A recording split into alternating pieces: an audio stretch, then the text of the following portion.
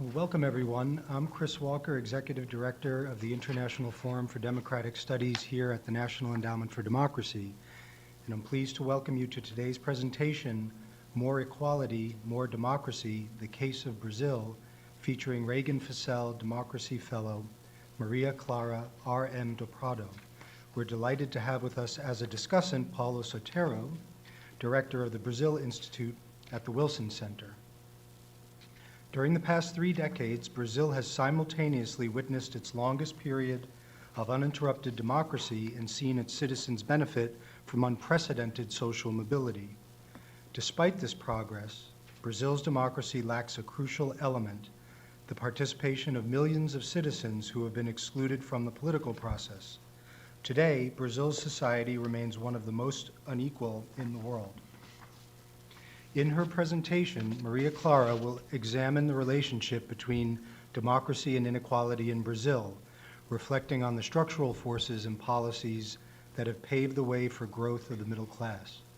She will discuss the sustainability of Brazil's new middle class and how this development may work to deepen democracy in the country. Maria Clara R. M. do Prado is a seasoned journalist, editor, and foreign correspondent covering social, economic, and financial issues across Brazil. She currently serves as a columnist for Brazil's major economic newspaper, Valor Econômico, and is preparing to launch a news analysis blog. In 1994, she was invited to work as communications director for the economic team that drafted Brazil's Real Plan, the stabilization project responsible for putting an end to hyperinflation. She's the author of a Real Historia do Real, which was published in 2005 in Portuguese, and this is a book about the formulation and implementation of the Real Plan. For her exceptional reporting on monetary stabilization plans, the Board of Brazilian Economists named her Economic Journalist of the Year in 2006. During her fellowship, she's exploring how distributive economic policies have led to the emergence of a new middle class in Brazil and is investigating how this development may foster a more inclusive democracy. Paulo Sotero is the director of the Brazil Institute at the Woodrow Wilson International Center for Scholars. An award-winning journalist, from 1989 to 2006, he was the Washington correspondent for Estado de São Paulo, a leading Brazilian daily newspaper. Sotero has been in Washington, D.C. since 1980, where he's been a correspondent for the Isto É weekly magazine and financial newspaper, Gazeta Mercantil. He's a frequent guest commentator for the BBC, CNN, Al Jazeera, Voice of America, National Public Radio, Globo News Television, and the Brazilian radio network, CBN. He also contributes regularly to Brazilian and international newspapers, magazines, and scholarly journals. We'll now turn the floor over to Maria Clara, who will speak for approximately 30 minutes, followed by Paulo for about 10 minutes. For those of you on Twitter, you can follow this presentation and contribute to the conversation by using the hashtag NetEvents or by following the International Forum for Democratic Studies at ThinkDemocracy and the National Endowment for Democracy at NEDDemocracy. If you haven't already done so, please take a moment to silence your cell phones. And finally, let me take this opportunity to thank the many staff involved in preparing this event, especially Research Associate Hillary Collins, who's offered vital assistance to the fellowship project and today's presentation. And with that, I'm delighted to hand the floor over to Maria Clara. Thank you very much. Yes. Well, I'd like to thank Chris and Paulo Sotero for sharing the floor with me. I'd like to thank the NED for this opportunity, and I'd like to acknowledge my gratitude to Sally Blair, to Hillary Collins, to Melissa Becknell, and many thanks to Xerxes Spencer, who was very, very much dedicated to the working, to the editing of the working paper. I thank you very much. And also to Virginia Cade, who was very helpful also with the paper. The focus of my presentation is on the relationship between democracy and equality in Brazil. I'm going to talk about a very complex country with 2,000 million people, where government is everywhere. You know that Brazil is a federation. So you have the federal government, each state has its government, and we have the local governments. Brazil is also a country full of contradictions. This is my thesis.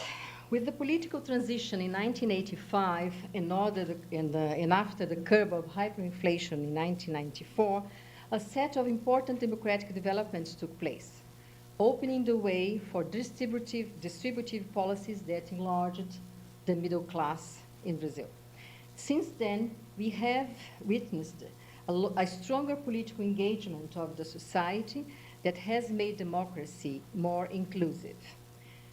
This opens the way for a new social contract. Will it happen? This is the big question. In my presentation, I'll give a glimpse idea about the historical background of inequality and of the few periods of democracy in Brazil. I will go through the democratic and the distributive developments in the last years. I'll focus on the increase of equality and also address the persistence of the wealth concentration. Despite the decline of inequality, Brazilians are not happy. Since June 2013, we have seen persistent outbreaks of protests throughout the country. They express the awakening of the society. Brazilian society has always been unequal. The country experienced more than 3 centuries of slavery, the world's longest slavery. By the middle of the 19th century, Brazil had around 4.5 million people, of which 3.5 million were slaves. Aristocracy marked its presence in 1808 with the arrival of the Portuguese royal family. They were moving from Portugal because of Napoleon, and the whole court from Lisbon to Rio de Janeiro. And with the royal family, of course, we had in Brazil duchesses, dukes, princes, princesses, all the, and we still have some of them around in Brazil. The Portuguese royal court very quickly mixed with the landowners, establishing the basis for a rich upper class that soon encapsulated its interests with the interests of the state. Brazil has experienced few windows of democracy in its 500 years of history. This is not a coincidence, as it goes hand in hand with the shape of Brazil's political and social development. In fact, Brazil is currently going through its longest continuous period of democracy, 29 years, since the militaries handed over the government to the civilians in 1985. In 1984, people went to the streets to fight for democracy, demanding the military leaders to step down. Big rallies pushing for direct vote spread in São Paulo and in Rio, as politicians from different ideologies and backgrounds got together to the fight for the Diretas Já. Direta Já meaning we want to vote now. You can see here at the stage, this was a very big rally in São Paulo, lots of people in the streets, and lots of politicians got together to speak each by each, one by one, to the populations, about the necessity of having the direct vote. You can see here is, I don't know if you recognize, it's Luiz Inácio Lula da Silva. He was a worker union leader at the time. And here, side by side, is Fernando Henrique Cardoso.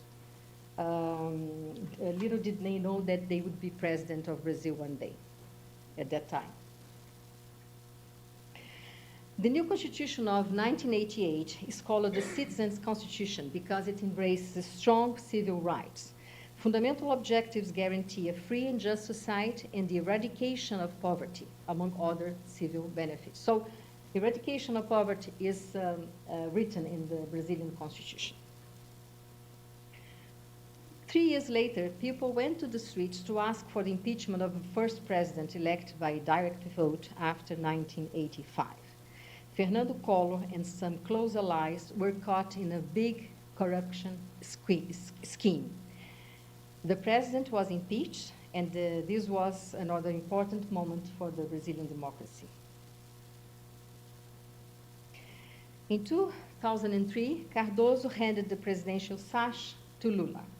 Lula emerged from the workers' movement, and his inauguration as president was also a big test for the Brazilian democracy. He was re-elected and governed until 2010. The most recent example of democracy at work in Brazil is the mensalão. It comes from the word mês in Portuguese, which means month.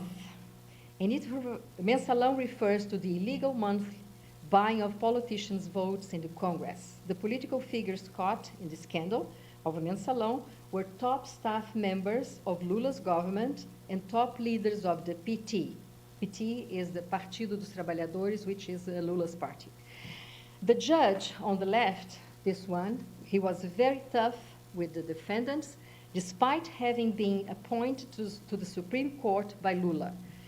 The whole case confirms the independence of the judiciary in Brazil. And as it has been broadcast worldwide, Brazil went to the streets again in June 2013. This was the starting point for a series of protests against corruption, against the poor quality of public services, against transport fares, against, and surprisingly, even against the World Cup. The sign reads, "The cup is here, but the health service has not yet arrived." Now, alongside the political and democratic process, some substantial social and economic developments also took place.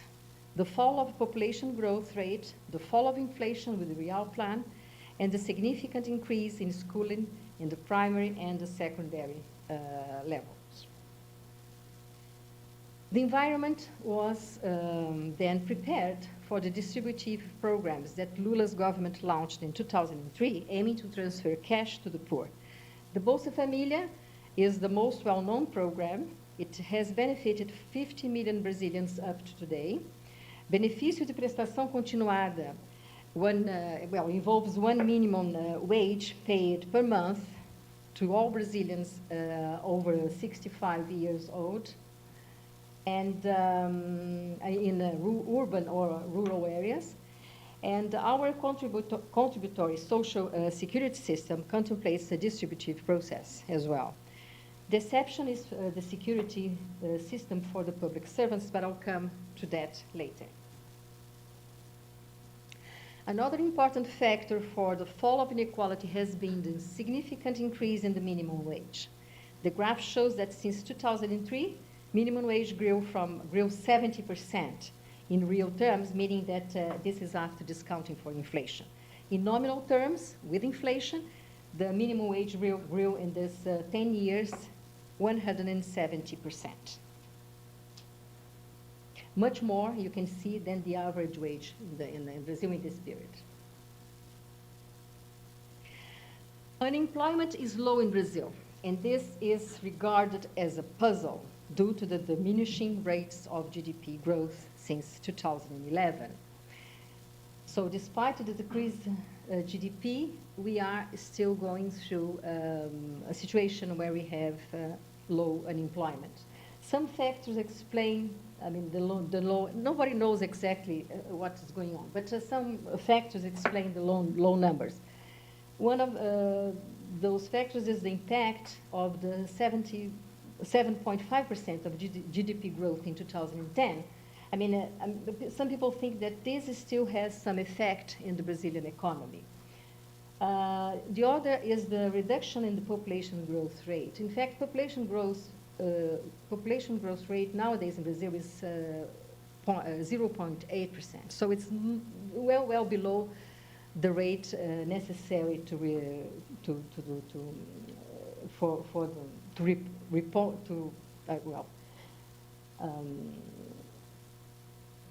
and less young people are looking for jobs nowadays as well because they are studying more. Younger people are in the schools much more, and so this also is a factor that doesn't exert much pressure on the labor market. Formal employment is still very low, 57% of the population in 2012, but it's a little bit higher than it was in 2002. It was 44%. Formal employment meaning the workers that are registered. All of these events, the political developments and the social and economic improvements, worked in favor of shrinking poverty in Brazil. The graph shows the diminishing behavior of poverty and extreme poverty since 1992, considering data from the Brazilian government and also from the World Bank. The main thing to point out is that all of these measurements illustrate the same trend. I mean, poverty has gone down in Brazil very significantly. Of course, decreasing poverty leads to the increase of higher classes. There has been a strong growth in Brazil's middle class in recent years, as we can see here.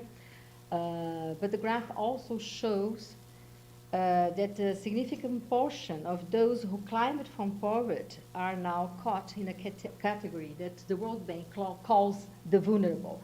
The vulnerable are those people who are not poor, but they cannot be seen as middle class because they haven't got the security of to be in the middle class. So they can very easily, if something happens, they can very easily go back to poverty. So they are in the limbo. They are. So there is no doubt about the significant fall of Brazilian poverty. This graph shows a comparison with other emerging markets. You can see here that, I mean, in terms of poverty, Brazil has, advanced a lot in the last years. But nevertheless, despite the diminishing of poverty, inequality is still very high in Brazil, as we can see here. In terms of the Gini coefficient that measures inequality, Brazil jumps to the highest position in the graph compared to other, the same emerging countries. So you can see that it's an awkward situation. Brazil is here when it is related to poverty, and it jumps high when the graph shows the wealth concentration. The high Gini coefficient is explained by the persistence of wealth concentration due to policies that still benefit the upper classes. For instance, free tertiary education. Best universities in Brazil are public. And so what happens is people that have money send their children to primary and secondary private schools for them to get good education and be able to pass through the very tough exams and free public universities. The poor cannot do that because they don't have money enough to pay for the good private schools in Brazil. So this is it's something that is very complicated and it shows the concentration of wealth in Brazil. It is a silo. It is a very important thing. Special retirement system for public servants. Public servants in Brazil, they retire with all the benefits, the whole salary and everything. So this is another source that explains the wealth concentration. Special long-term credit conditions for big companies. They have very, very special credit conditions in Brazil from the state banks. And regressive taxation. Regressive taxation in Brazil nowadays amounts for more than 50% of the whole taxation system. And as we know, the poor people pay relatively much more taxes than the rich through this regressiveness. The situation is well visualized in this graph, where the middle class in Brazil still receives more social transfers than the vulnerable and the poor. Education transfer in the graph does not include the tertiary education. If it did, that last column there, the small one, would be much bigger if the tertiary education was included in this public education spending. We have seen in Brazil impressive social mobility. 64% of the population climbed from poverty to upper classes since 1990. But uncertainty remains for the new generations, for the children and the grandchildren of this new middle class. More opportunities for jobs and entrepreneurship have to be created.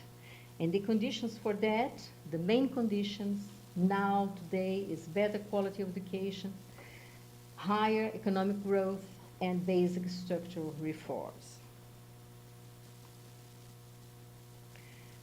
Income distribution in an extremely unequal country like Brazil does not happen without political and social implications.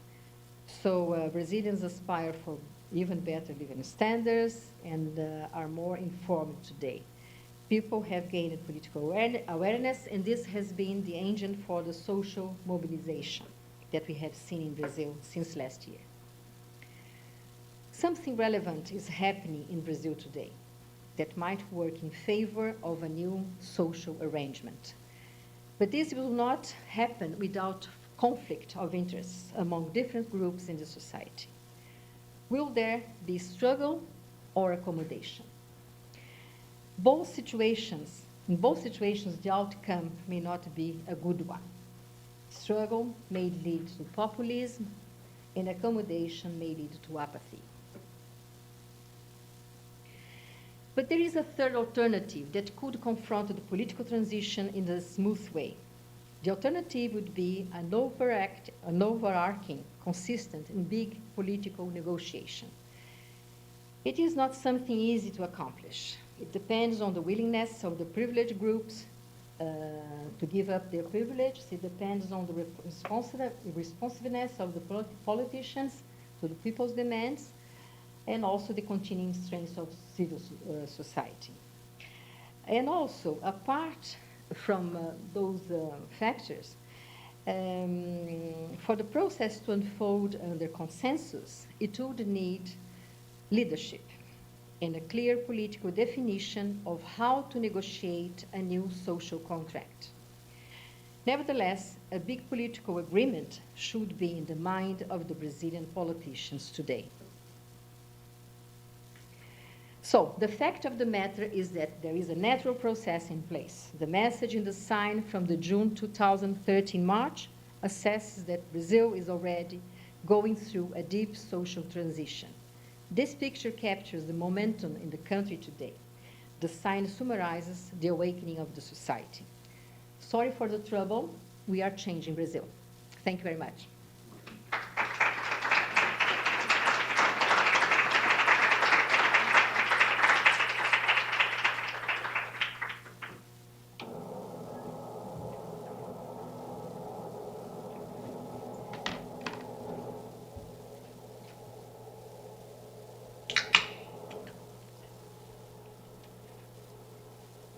Well, thank you, Maria Clara, for a really excellent and cogent presentation. It was extremely well done. You alluded to a working paper you had done that I forgot to mention in the introduction, and I would just remind everyone here that a copy of this paper is available for those who would like to see it right outside of the room. And this will be developed into a fuller paper based on the feedback we received to this. So with that, I'd like to hand things over to Paulo Sotero for his thoughts and comments for 10 minutes. Yes. Thank you very much, Chris. Well, it's a pleasure to be here. Maria Clara and I go a long way back. We met in journalism when we were 2, so, you know. And now I love this presentation. I think it captures exactly what's been happening in Brazil. I especially love the last slide because it's very symbolic of what has happened in Brazil. We are from the generation that was born in a democracy that turned into a dictatorship, and we are from the generation, and I'm very boastful about that. We are from the generation that changed it back to a democracy, and we are very proud of it. It has been, from times, it looks very messy, and it is very messy. It's kind of the way we like it. it's democracy. It's the constant negotiation with crisis, with compromise. And we have done this process that Maria Clara so well described with, I think, a minimum of social upheaval in a society that is in transition, is on the march. Lots of problems regarding that coming from poverty, from bad governance in certain places, enormous problems of violence, street violence, crime, but somehow always being able to do something that a great Brazilian historian and our that we know very well, both Maria Clara and I, Boris Fausto says, no, Brazil has always, historically, it's our temperament. We make progress and we consolidate. And then we make more progress and we consolidate. It is not, it's very rare that you have elements in Brazil, even in times of trouble, that Brazil sort of falls apart. We are, I believe, in a process where I tend to take the positive view on things, and I believe that we are in a process where all of this is going to be tested now, very severely, but where the chances of continued progress in terms of continue to consolidate a democracy by building institutions has a better, the chances of that are better than the chances of a setback. And I say that, and I could quote a variety of people, but from the observations being in Brazil very frequently and work of other people also, it looks like right now the main objective of democracy in Brazil has become democracy in Brazil. It's not democracy because of economic development, because democracy has a value in itself. I think that has taken root in Brazil. I think sometimes Americans have a difficulty understanding that Brazil is a Western country. We come from the same ideals. We have different traditions, but different histories. We were not a country built from the bottom up. We are a country built from the top down, where the state invented the nation. This is very unique about Brazil and many other countries. But I find it absolutely brilliant, considering our history. There is a figure here of a graph where Maria Clara showed the number of slaves in Brazil at a certain period. You just think for this for a moment of all the 9 million Africans that were brought to the Americas as slaves. Just imagine that 9 million died on the voyage. Of the 9 million that arrived, half went to Brazil.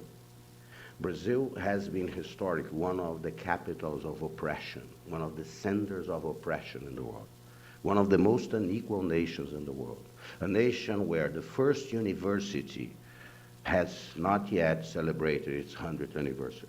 The first university of Brazil is the University of São Paulo from 1932. And just to imagine the progress in terms of advance and consolidating a democracy that Brazil has made, it's absolutely spectacular.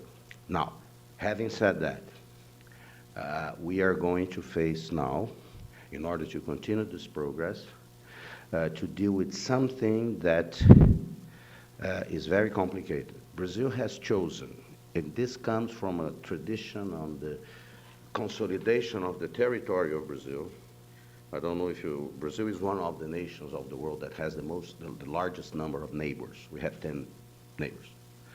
I think part of our capacity in diplomacy has to do with that reality. We developed a great talent to negotiate things, and we have always been a country of negotiators, and we negotiated all of our borders about 100 years ago with our neighbors without firing a single shot. This was done diplomatically. This was based on the idea by one of the greatest historic leaders of Brazil, by a gentleman by the name José Maria Paranhos, that we refer to as the Baron of Rio Branco, son of powerful people from the empire. This comes from the idea that we were going to build a continent of peace in our region, in South America. From this history of consolidating national territory and having this notion that it was in our best interest as a nation that is the only one that spoke Portuguese in that region, that kind of kept on going west in order to consolidate that territory. You know that the original territory of the colony was not even a third of this one that we have today. And we are very smart in following that. That gave us this notion that South America is the center, is the space where we have to refer to build from. And that led, with democratization, or just a little, well, with democratization, it starts after 85, where we decided to insert Brazil in the world, and especially in the world economy from that perspective. That leads to Mercosur, that leads to the rejection of other types of economic integration, especially the ones led by the United States.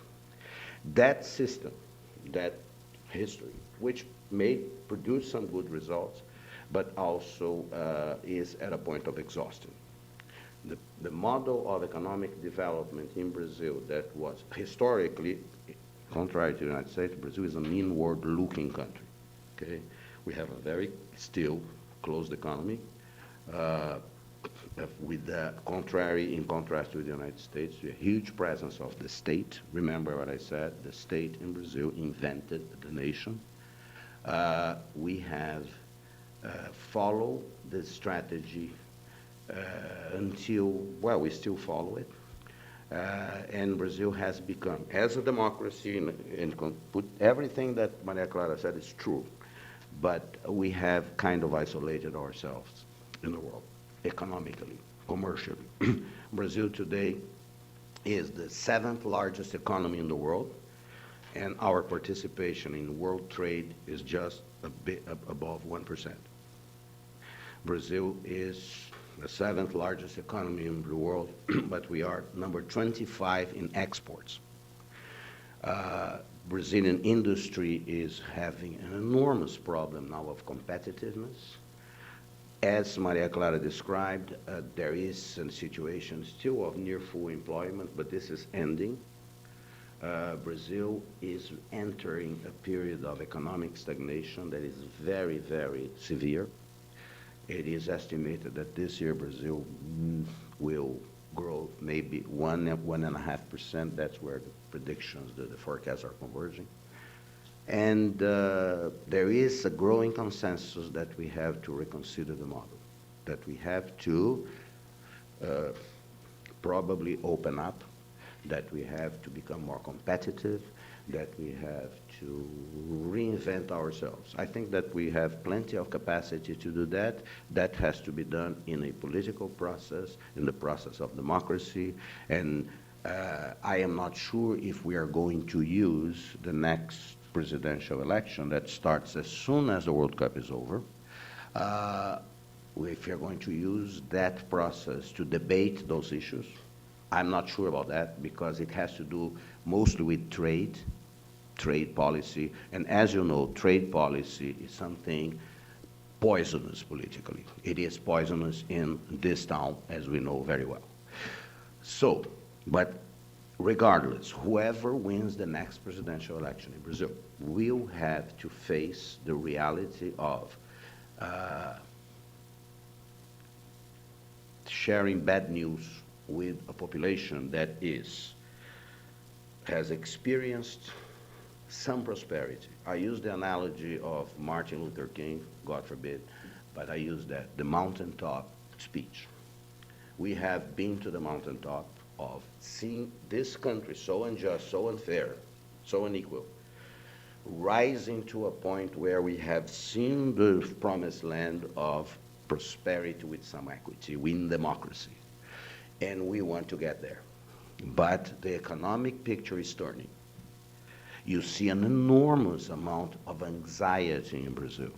Actually, one of the members of the audience, Anita, we were just commenting about this, she was in Brazil, and she said, Paulo, it's strange. It's not like Brazil, the atmosphere. I was in Brazil twice recently, and I sensed the same thing. There is a rancor. There is something very negative in the air because people sense that this promised land may not be reached. But now you have a sort of empowered middle class that will not accept an alternative. They want, having started to taste the fruits of some equity, some development, they want more. It's more education, more health, more public transit, more decency in politics, more respect from elected officials. By the way, not because we come from the media, but there are problems in media in Brazil, but there is press freedom in Brazil. We can say about the government whatever we want to say about the government, and we do. And we are not like Americans, very polite, says the Mr. President and Mr. Senator. No, we call them Lula and Dilma and Fernando Henrique. It's very informal. FHC. FHC, yeah, we don't, we are very informal. And it is an issue that we are going to face now, this enormous debate that we are going to have with a party that represents, the Workers' Party represents something very important in Brazil because it was the first political party in Brazil that came from the bottom up. It's very un-Brazilian, right? It's the first formed from the base, from the grassroots, as we say in the United States. This party has been enormously successful, but it has unfortunately turned into a typical Brazilian political party in power with all the bad habits. And now we have to face this enormous debate about changing the orientation of the economic model because we know that without that we are stuck into 1% growth.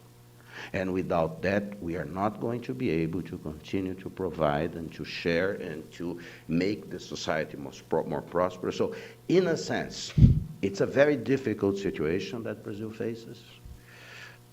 In a sense, also, it's the ideal situation that Brazil faces. You have a more empowered people, a rising middle class. You have the basic systems in Brazil to continue. By the way, one thing that we're absolutely proud of is our electoral system. Not that our electoral system produces stellar leaders. They produce what they produce, which is our leaders. They're kind of average. But it's magnificent because there is no fraud in Brazilian elections. We are not even worried about that. It's completely credible. Actually, there was once in the state of Paraná, a candidate for the governorship that lost the election by 0.5 percentage point. And he was asked, so why aren't you going to appeal? I said, no, what did the Federal Superior Electoral Tribunal say? I said, that you lost, so I lost. There's complete confidence in the system. So we have the tools. We have a free press. We have a reasonably organized society. And we are going to have to confront this. I don't think the chances of Brazil disorganizing itself, that having those instability crises that you have from time to time, I don't think that the chances are very high. And we are going to do this. I think it's very much suggested here in Maria Clara's presentation. We are going to do this, the hard way. We're going to have to fight every fight. I have no idea who's going to win the presidential election in Brazil. It looks like the president still has the upper hand. She could prevail. But as a former president of Brazil says, you win presidential elections during the campaign. I think we are coming to pretty exciting times, regardless of what happened in the World Cup. We are going to, after the World Cup, we are, after all this tension of the World Cup, we are going to enjoy the relaxation of a presidential campaign there. And this is one final thing. I was listening to Maria Clara, I was reminded, I wrote this again, because sometimes when people describe something to you and then you go and look at the picture, of Brazil today, and say, nah, that's not what's happening. Never look at the picture anywhere, but especially in Brazil, look at the video. Look at this in movement, in motion. Because the progress that Brazil has made since 1985 is nothing short of spectacular. That this society, this unfair, this unjust, would have made that transformation in 30 years. So chances of continuing that are greater than chances of falling back, but there is no guarantee. It is, I think Maria Clara knows this, Anita probably knows this. There's a famous composer in Brazil that was the composer of our generation, when we were mobilizing, fighting against the dictatorship. Geraldo Vandré said, "Quem sabe faz a hora." Those that know make their hour. They don't happen it to wait. Don't wait it to happen. You change your circumstances. I think that spirit is alive in Brazil.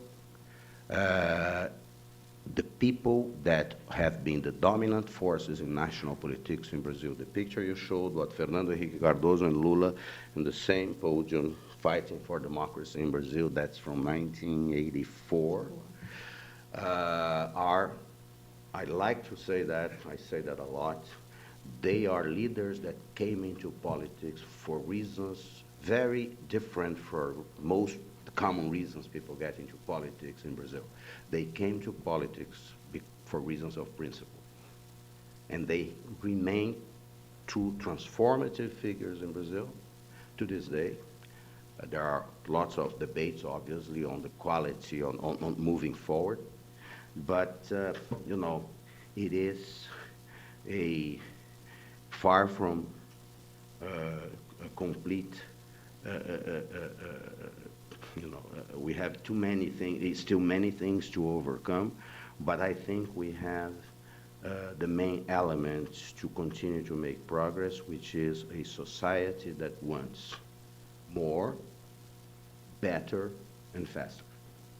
And I think that are the ingredients in democracy that you need to advance. And with that, I close my comments. Great. Well, thank you very much, Paulo, for those terrific observations. It really helps to put things into perspective.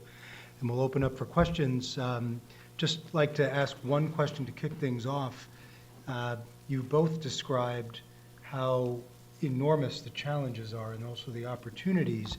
And some of these are relating to difficult economic questions, policy questions. Could you say a word, each of you, about how the policy community in Brazil functions? If you think about NGOs or think tanks. I'm going to leave the answer to to Paulo. I don't agree. I think that the problem in Brazil is not economic. I think that the problem in Brazil is political, much more. I mean, it's, if you don't resolve the political, if people don't get together and find out a solution for several things that are on the table for years, and nobody, there's no solution at all. I mean, the reform, the taxation reform, this is one serious problem that is on the table has been on the table for a long time. The political system reform, it's another thing that has to be reformed, it has to be faced. And other problems that economics are not going to resolve. I mean, it's only political agreement is going to resolve that. And for that, I think that Brazil is now in the situation where we can get together, all different parties and different people from different groups in society, and then try to work together to, it's, I think that, do you know what happened in Spain in 1977? The Moncloa Agreement. I think that this is the time for Brazil to think seriously about to have this sort of agreement. The problem is, as I said, who is going to lead this process? This is a problem because we don't have many leaders in Brazil. The two big leaders we have, which is Lula and Fernando Henrique, Fernando, for sure, I know that he wouldn't lead such a thing because his mind is on other things. Lula could be the person, the leader to face this, the necessity of this big agreement. But for that, he would have to be the candidate in this next election. Because Dilma will not, I mean, solve the situation. I mean, he doesn't have the political sensibility for this sort of thing. So, I mean, we are facing in Brazil a very big question mark. Who is going, what are the forces, the political forces that will come and say, and well, we are going to work, we are going to do the job we have to do, because it's getting, I mean, it's, I don't know, I mean, it's the alternative could be populism. Mm. But as Paulo said, the press in Brazil is free, is very much free. I mean, it's, I think that a populist government would also have problems in Brazil, I mean, to be sustainable and even to get there. I mean, it's, so I think that the problem is much more political than economical. And Paulo, for all of these policy questions, apart from elected political leaders, what role and how effective are the policy community in Brazil, whether it's media elites or opinion elites? Are they capable of providing the public education function and doing some of the things Clara alluded to? I think to a large extent, obviously, media penetration in Brazil is much less than here, except for television and increasingly media, electronic media. About 55% of Brazilians are now connected. Okay, so this is an important element. Now, I think Brazil is, in a sense, less polarized politically than the United States. Okay, much less. There is, if you see a debate between the Tucano is the party of the President Fernando Henrique Cardoso. The PT is the party of President Lula. Those are both social democratic parties. That's what they are. With more inclinations, one to the left, the other to the right. And those are the two main national forces that shape the debate in Brazil. You don't have, you know, the level of polarization that you have in the United States when suddenly some genius decide that, you know, maybe not renewing the mandate of the Exim Bank of the United States is a wonderful idea. You don't have that kind of, you know, in addition of being many things else that I'm not going to characterize, but this kind of radical proposal that actually would lead probably Boeing to bankruptcy if approved, if Exim Bank were to disappear. You don't have that type of, you know, the tension you have today in the United States. Where progress is being made, particularly in areas of social policy and environmental policy, but it's enormously difficult to make progress, to continue this progress. In Brazil, I believe that if you put Dilma Rousseff, Aécio Neves, the main challenger right now, and Eduardo Campos, the third challenger, in a room, and give them half hour to come up with a basic plan of priorities to overcome Brazilian problems, I think they come out of the room in 15 minutes with the plan. Because we know what has to be done.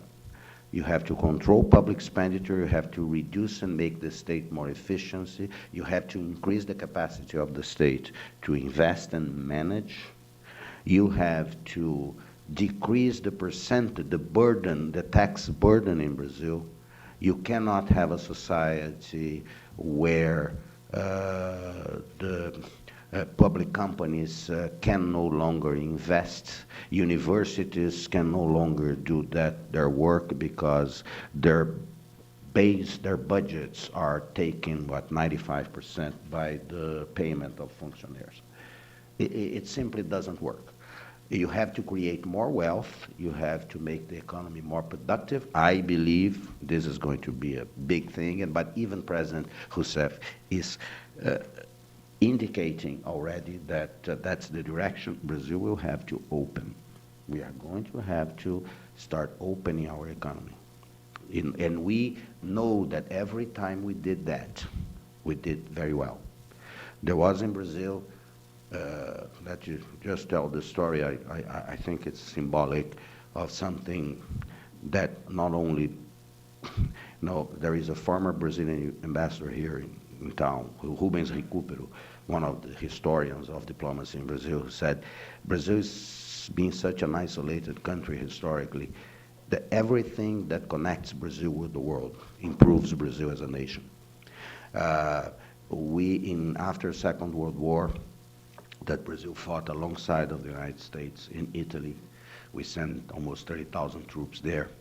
And came a series of cooperations with the United States. One of them was with the MIT and the Air Force in Brazil. That led to the creation of the best engineering school of Brazil, the Technological Institute of the Air Force, which is tougher to get in than Stanford. Okay, in Stanford, only 5% of the applicants get in. At ITA, it's 2%. That school helped to create two things in Brazil. One is called the Brazilian Space Agency. The second, it's called Embraer. That's where Embraer comes from. Embraer was a state company that was privatized, became very competitive, and is today the third largest airplane builder in the world. That gives you one example. When Brazil changes, when Brazil decides to, when there is this consensus that you're looking, but who are the forces? I think you have today much more participation from civil society through using all the electronic media and all the social media. You have a press that is active. You have the universities engaging more and more in this debate.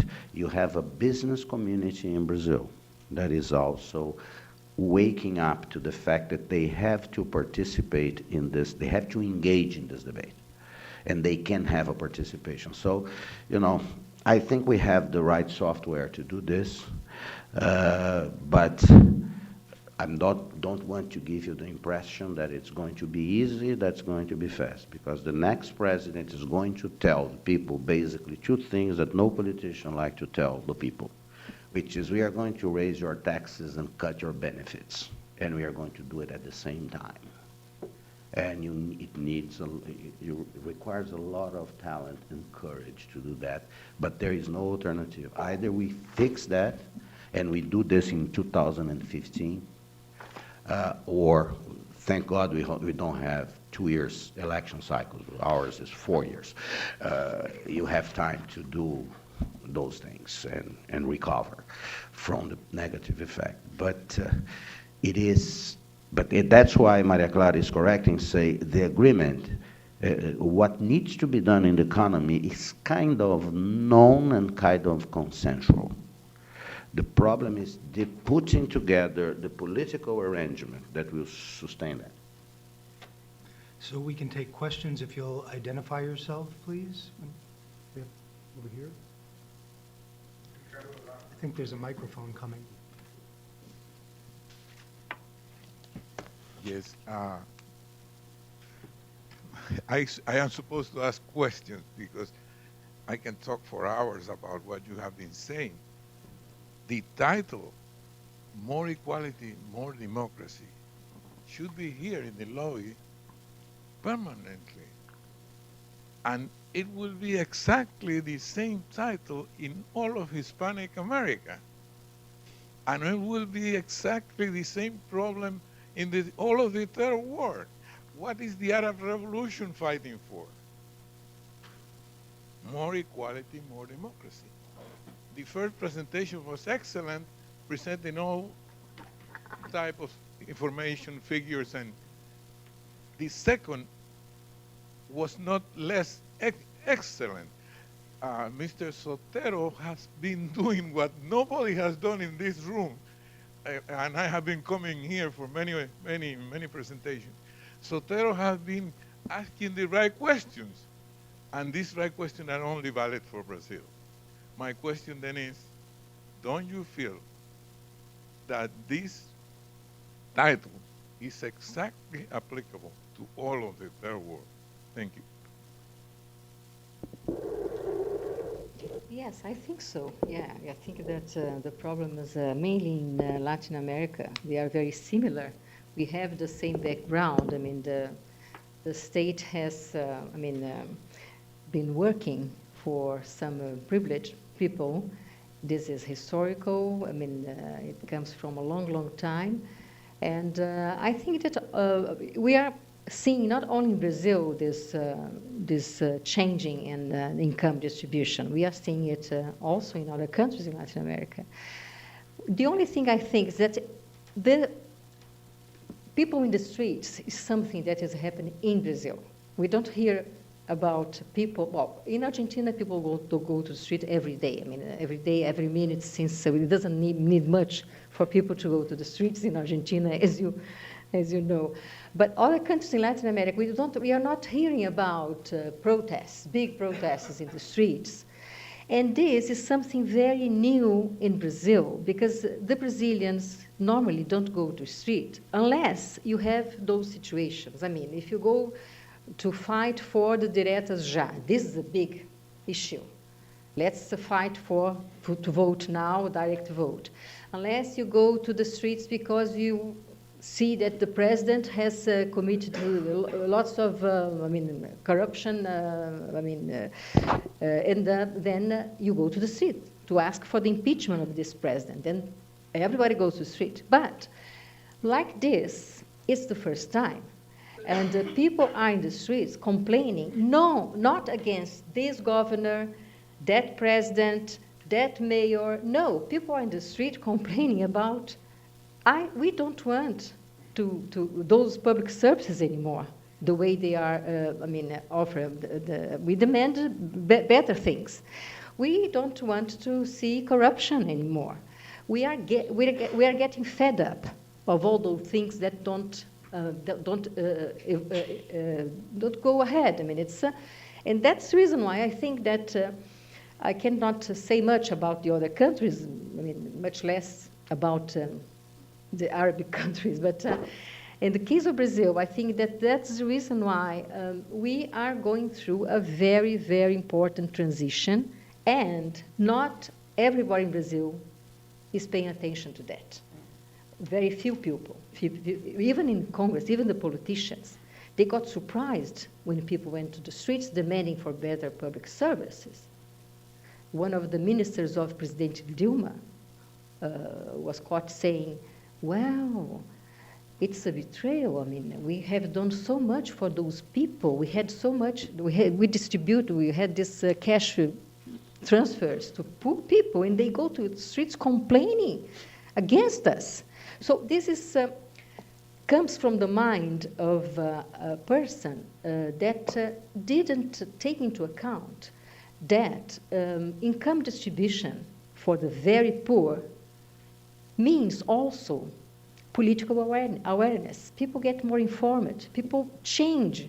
Even if you give not much, that much to people that have nothing or very few, it's something important. And then people are going to be aware of, well, I am a citizen.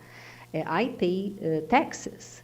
So I demand better wealth, better education, and things like that. So this is what is happening in Brazil. And I insist, this is a new thing for Brazilians. Brazilians are very accommodated. They don't complain about things. I mean, they can complain at home, but they don't go to the streets. They don't organize normally to have a big protest. So what's happening in Brazil now? And from June 2013, we have been seeing protests all the time in different cities, not only in Rio and São Paulo, but in the Northeast, in the south of Brazil, in complaining about everything. So I think that this is a reality in Latin America. There's more equality, more democracy. Things come together. I think you have a more inclusive democracy when you have better income distribution. But I think that today the situation in Brazil concerning society, it's a little bit different from other countries in Latin America in terms of this political awareness and those political protests. Mm-hmm. Yeah. That's, yes. They are not in the streets, they are fighting. Yes, but it's different because Yeah. in Venezuela you had a sort of a government that we cannot say that it was a full democracy. In Brazil we are a democracy. I mean, democracy is going on. I mean, people are free to do whatever what they want. They can talk. The press is completely free. So I think that Brazil and comparing Brazil and Venezuela now, it's not. They are not the same thing. The fear in Brazil is that perhaps, I mean, people will say that, well, if the complaints, continue, we can have the situation, we can be caught up in a situation of a populist government. This is also something I think that would be very difficult in Brazil to happen, because the democratic institutions in Brazil, they were very well rooted.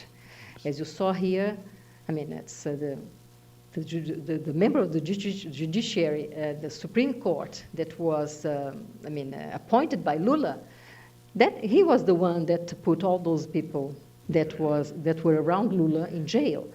So you have this sort of thing in Brazil. So I don't think that this would a kind of Venezuela solution would, be easy to happen in Brazil. Yeah, let me just add one thing to this, is that actually 8 of the judges, the majority of Supreme Court judges that ruled for the guilty verdict against those members of the DPT, including a chief of staff, the president of the party, the leader of the congressional majority, they were all nominated by President Lula and President Dilma. So that's what shows that there is something changing institutionally in Brazil that is important. The other thing about, Ricardo, what you mentioned about equality, democracy, etc., you know, people, on Venezuela, people are not very aware of that in Washington, in the United States. I go to those things, I say, what is Brazil and Venezuela? Venezuela is a neighbor of ours. It's going forever be a neighbor of ours.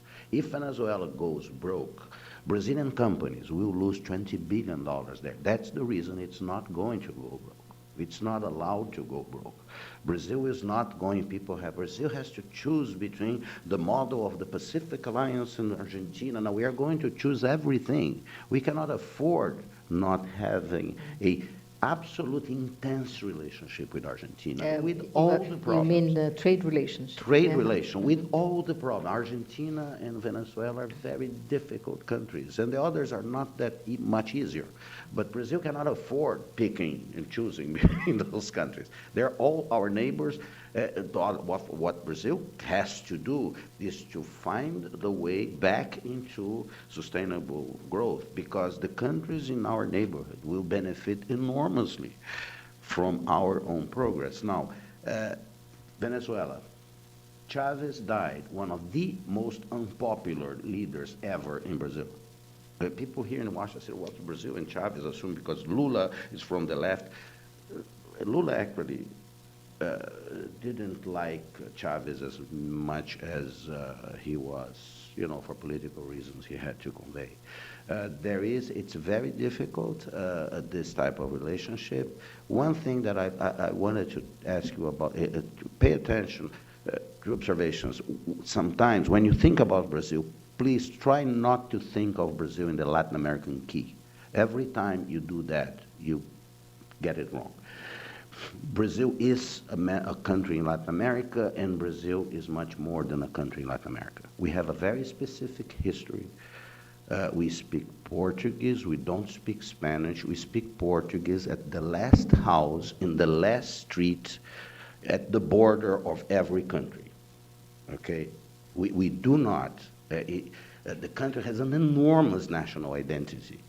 And Luigi Einaudi, former U.S. ambassador to the OAS, the grandson named after his grandfather, who was the leading economist and president of Italy, Luigi wrote this. Americans get Brazil wrong because they think of Brazil in the Latin American key. Avoid that.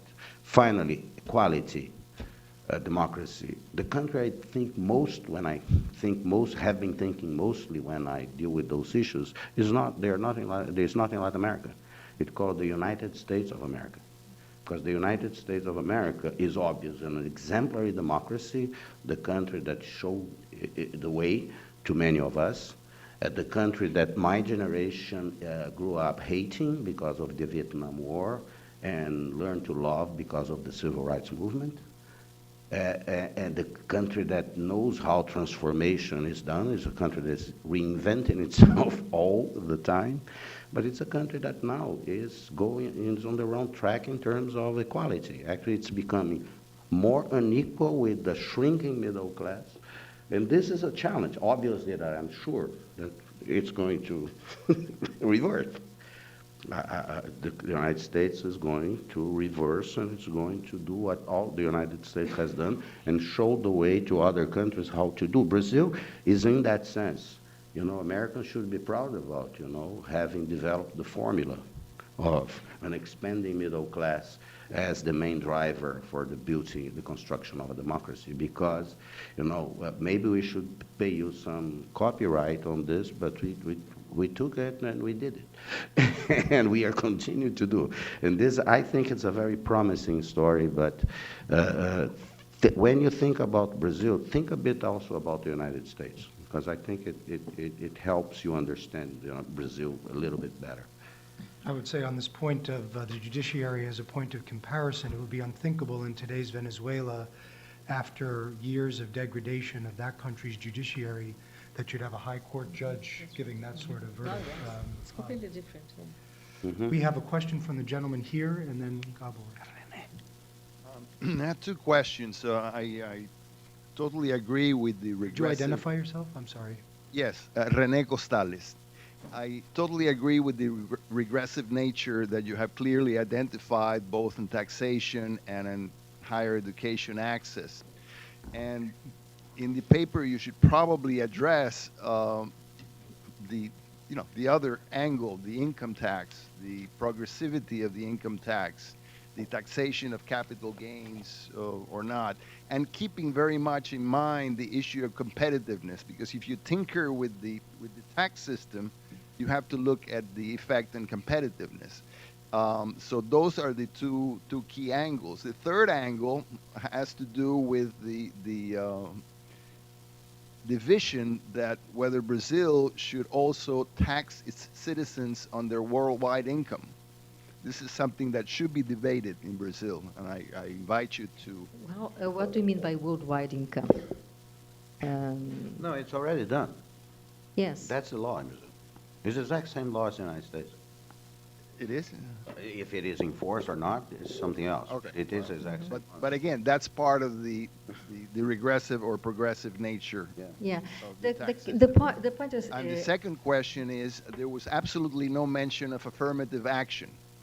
And I think you should mention affirmative action because there's been a lot of press, number one, and because it does contribute to better access at the higher education in terms of the problem that you mentioned. But you should also mention affirmative action in terms of employment, because that's also a distributed policy that over time Brazil could benefit from.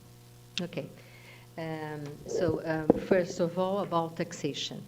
The problem in Brazil, the regressive taxation is in the indirect taxation, as you must know. We have this ICMS, it works as a cascade, and it is very, very high.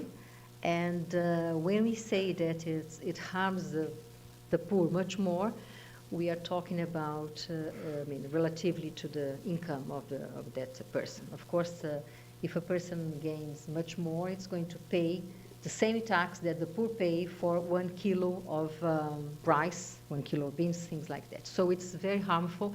This has been identified in Brazil for some time now. But of course, it only can be addressed if you go through that fiscal reform that we are talking about for a long time and never arrive. So this is a problem. Income tax in Brazil is not so high as in the other countries. I mean, of course, Brazil is a developing country, not a developed one, but even so, we don't have such high income tax in Brazil. Income tax is a progressive taxation, of course. The poor doesn't pay income tax, or I mean, the very poor. But the high classes, they pay not that high income tax. So I think that it could be more progressive, I mean, than it is nowadays. And about the universities, I think that one thing that strikes me is the fact that the city, I'm not talking about the state, the city of São Paulo, which is the biggest city in Latin America, has such a poor schooling, poor education in the primary and secondary levels. Is the worst in Brazil, one of the worst. It's worse than the Northeast states. And you have 3 universities in the state, one in São Paulo, which is the University of São Paulo, which is the best university, considered the best university in Latin America, that is free, and I mean, only the rich people can go to these universities. So this is the problem. I'm not against having free universities. I mean, it's not my problem. What I think is that if you have the money you spend in education, if it could be more balanced in the whole country, I mean, okay, you want to spend money with the free universities, okay, but let's do a better job with the primary and secondary levels of education, public education in the country. So this, okay, should be a more equal sort of system, not the system that we have now in Brazil.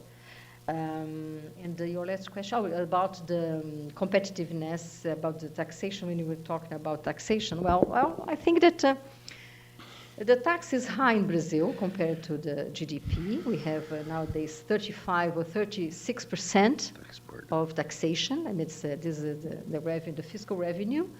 It's very, very high for a developing country. This is a level of developed country. But I don't think this is the main reason for the bad competitiveness of our industry. I think that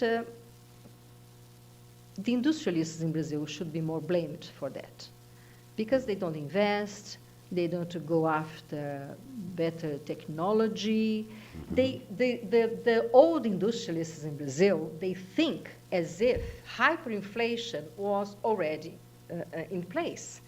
At that time, they didn't invest. All the money they got was with this mechanism of correção monetária. We put the money in the bank, and the correção monetária would adjust for the inflation.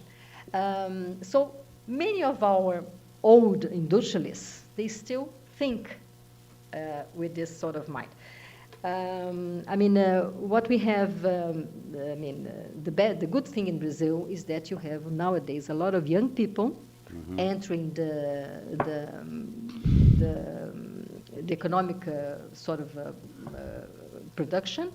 Many of them with small enterprises, lots of medium enterprises, but are people that are showing that they want to, they work hard, and they are much competitive than their fathers and the grandfathers. Let me say just 2 things about industrialists in Brazil are like bankers in the United States. They love the state. Yeah. Especially when things go wrong and they need to be saved.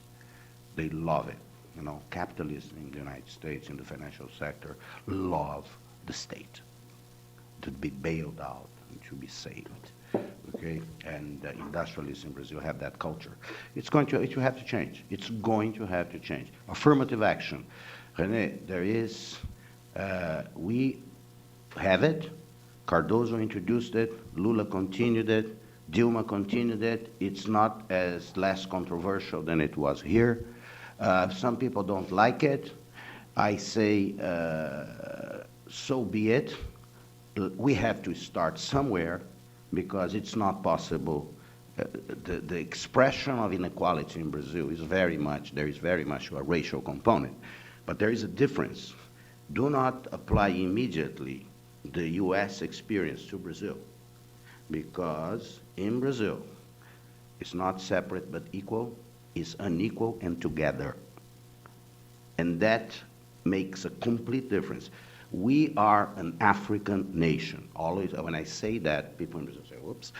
We are. Our culture is more. Our music is more. The way we eat, the way we walk, the way we smile. We are an African nation. Our attitude towards life. And we know that. Our culture is that. You know, this is, now, it's very complicated to do racial quotas in societies like that. Who is black in Brazil? Everybody. Or as Liv Solvik, a professor of University of São Paulo, who was a scholar at the Wilson Center, wrote a wonderful book, so here nobody is white. Because the process in Brazil is not one drop of African blood makes you African American. No, it's one drop of anything other than African blood makes you white. That is the different process. Now, there is one thing that I tell you, I think, I have been repeating that, nobody ever contested me, is that I believe that in Brazil, we do not have racial hatred. We cannot have it, because you cannot hate yourself.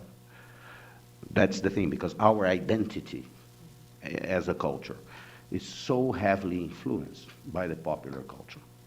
And I think there are two things that explain that and have been great vehicles for that culture. One is music, the other is soccer. Soccer made Brazil more equal. Until 1920, there was no black players playing soccer in Brazil. Obviously, what could we do if are not for our Brazilians, all of them.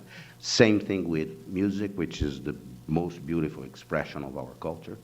And so affirmative action, yes, it is there, and hopefully it will continue to be there, because that's a tool you use, and I probably can be very productive in Brazil, although people complain, and they will continue to complain, and we are going to continue to have it. So why don't we take two questions together very quickly, if we can. We'll start with Moreira, and then we'll come here. I liked your more equality and more democracy.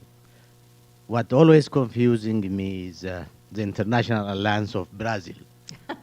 The BRICS. You are part of the BRICS. Are you it is a countervailing force, or creating a balance against the United States influence globally, or where is Brazil? Really, in terms of international alliance. Okay. That's what I want to know. And so let's take the other one, and we can do them together. I'm Anita Fiore from the Inter-American Development Bank. My question for Maria Clara is the following. Classes C and D are no longer the minority. They are the majority, thank God. And they are going to define our next president, right, in the elections we have this November. In the last part of your paper, you say that the solution, all these three guys that are running, I mean, all the many guys, but the three main ones should have in mind is education.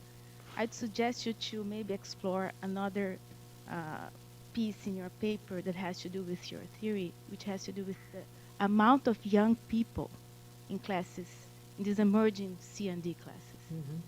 Because they are the ones who are doing the protest. And they are the ones who are high in the mountain looking at the horizon and very afraid of seeing nothing. Like Yes, well, they are the new generation. I mean, the child and grandchild, the children of, these young will be the fathers, and this is why I think, Anita, that we need to have a political agreement, a big political agreement in Brazil, because otherwise I don't know what's going to happen. I mean, things may change more slowly, but will be the time enough to accommodate all those aspirations and expectations that are rising, I mean, with those people that came out from poverty. And many of them are paying more attention to studies nowadays than looking for jobs because they want to get better in life. So this is a very important thing, and I agree with you. And about Merera. Merera, I know that you have a fascination for the bricks. Every time he crosses with me in the corridor, and the bricks. I didn't think that the bricks were so important, but now I get it. I would say that, well, Paul mentioned a little bit earlier about our diplomatic segment, I mean, our diplomatic Core. yes, core in policy as well. We have had in Brazil a very high standard diplomatic corps and policies. I mean, it's for dealing with different sort of subjects in the whole world. And as Paulo said, it's something that people behave always trying to negotiate to come to a conclusion. In the last few years, unfortunately, I think that if we have to choose a sector in the federal government that has been laying back, is the international relationship. This is something that President Dilma doesn't like at all. She doesn't put attention in it. She doesn't, even the people that work in it, in Itamaraty. Itamaraty is the name of the policy of the international relationships, and we call it Itamaraty, all the people that work there. She doesn't not even call those people, the ambassadors, by name, by their names. She called, hey, Itamaraty, come here. No matter if they are ambassadors, ministers, I mean, no matter what is their status in the. So I would say that in the last years, Brazil has, come back in this sort of relation with other nations, and I would say that it is strong, very strong with Latin America, with other countries. I think that Brazil needs to maintain this strong relationship with other countries in Latin America. It's very strong in Africa, as you must know. And but I think that with the United States, with Europe, with even the Asian countries, it's not so strong in terms of being present, in terms of connect, in terms of participate.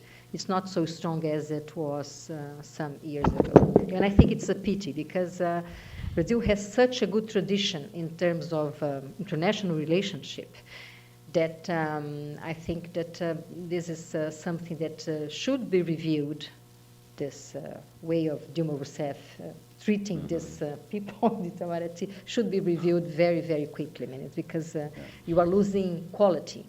You may lose quality in But this. Maria Clara, I think this is also a reflection of this difficult we are going to have to rethink our way we approach our integration in the world economy. That's what, she is an inward-looking president. She is worried about the internal stuff, and there are all those things that you mentioned. And the BRICS come out of that. The BRICS is something that some guy at Goldman Sachs invented in order to sell riskier assets to people, and it was nice too, and they always come out. It's a slogan. It's a brand. And it made sense in terms of when the global economy collapsed. You had a little formula there that you could use, and it was for a while useful because Brazil and India and China and Russia did consult about the reform process at the World Bank and the IMF, and it did make some progress. But that is kind of the limit of it. They are going on. There will be actually 2 days after the end of the World Cup, there will be a summit meeting in Fortaleza, in the northeastern part of Brazil. That is important, basically, because the Chinese leader will be there. Now, there are some offshoots of the BRICS that could be promising, especially the democratic one, India, Brazil, and South Africa. It depends on diplomatic investment. I think those three nations, democratic nations in the so-called global south, have something to tell the rest of the world, if they choose to tell, if they understand what this is. So the controversy about the BRICS in the diplomacy in Brazil is amazing. There are 2 volumes there was major conferences on the BRICS promoted by the foreign ministry in Brazil, and you have Brazilian senior diplomats coming to all over the place and say, well, this doesn't add too much because the interests are too contradictory between outside of some trade interests. It's very difficult to put together those 5 countries. But it's probably going to continue. The BRICS, think of the BRICS of some sort of diplomatic elevator. You know, a friend of ours, Ambassador Marcos Azambuja, who said something wonderful. The important thing is not being in the BRICS. The terrible thing is not being there. Because if you are not in there, where are you? You know, what's the situation? The United States in relative decline, China in relative ascent. And where do you position yourself? It may be a temporary thing. It may be a passing thing. But in the case of Brazil, because we are a continental nation, because of our composition, I think we have the capacity. But all depends on what we do in Brazil. Brazilian foreign policy is completely dependent on how Brazil treats its own people. A Brazil that is democratic, a Brazil that is integrating more citizens into its economy, that is building institutions, is a Brazil that will lead internationally. Regardless of the world wanting it to lead or not, regardless of Brazil wanting to play that role or not. The Brazilian potential history, if we do the thing right that we have to do at home, not because we want to be leaders and this and that, this is baloney. Where we have to lead is at home. We have to produce for the Brazilian citizen to improve the quality of life in Brazil. If we do that, I think we serve an example that is kind of unique, and I think the attraction of the United States to most of the world derives precisely from that. The United States is this former colony that made this transition, and I think that, but you know, as always we say, God is Brazilian, is always with us, only the Pope is Argentine, and we will. You know, that's a story to be continued. Again, remember, between the vote, between emancipation in the United States and the Voting Rights Act, it took 100 years. So by that criteria, we are going pretty damn fast. You know, what we achieved in 30 years, and hopefully we will be able to continue to do so. I tend to think that the BRICS is going to be more of a passing fade than anything substantial that will change the Brazilian inclusion in the world. Well, on that note, I'd like to commend Maria Clara for a superb presentation and thank Paulo for his terrific comments and really taking on political, economic, and social questions in the context of Brazil's complex transition. Thanks to both of you and thanks to everyone else. Thank you. Thank you very much. Thank you.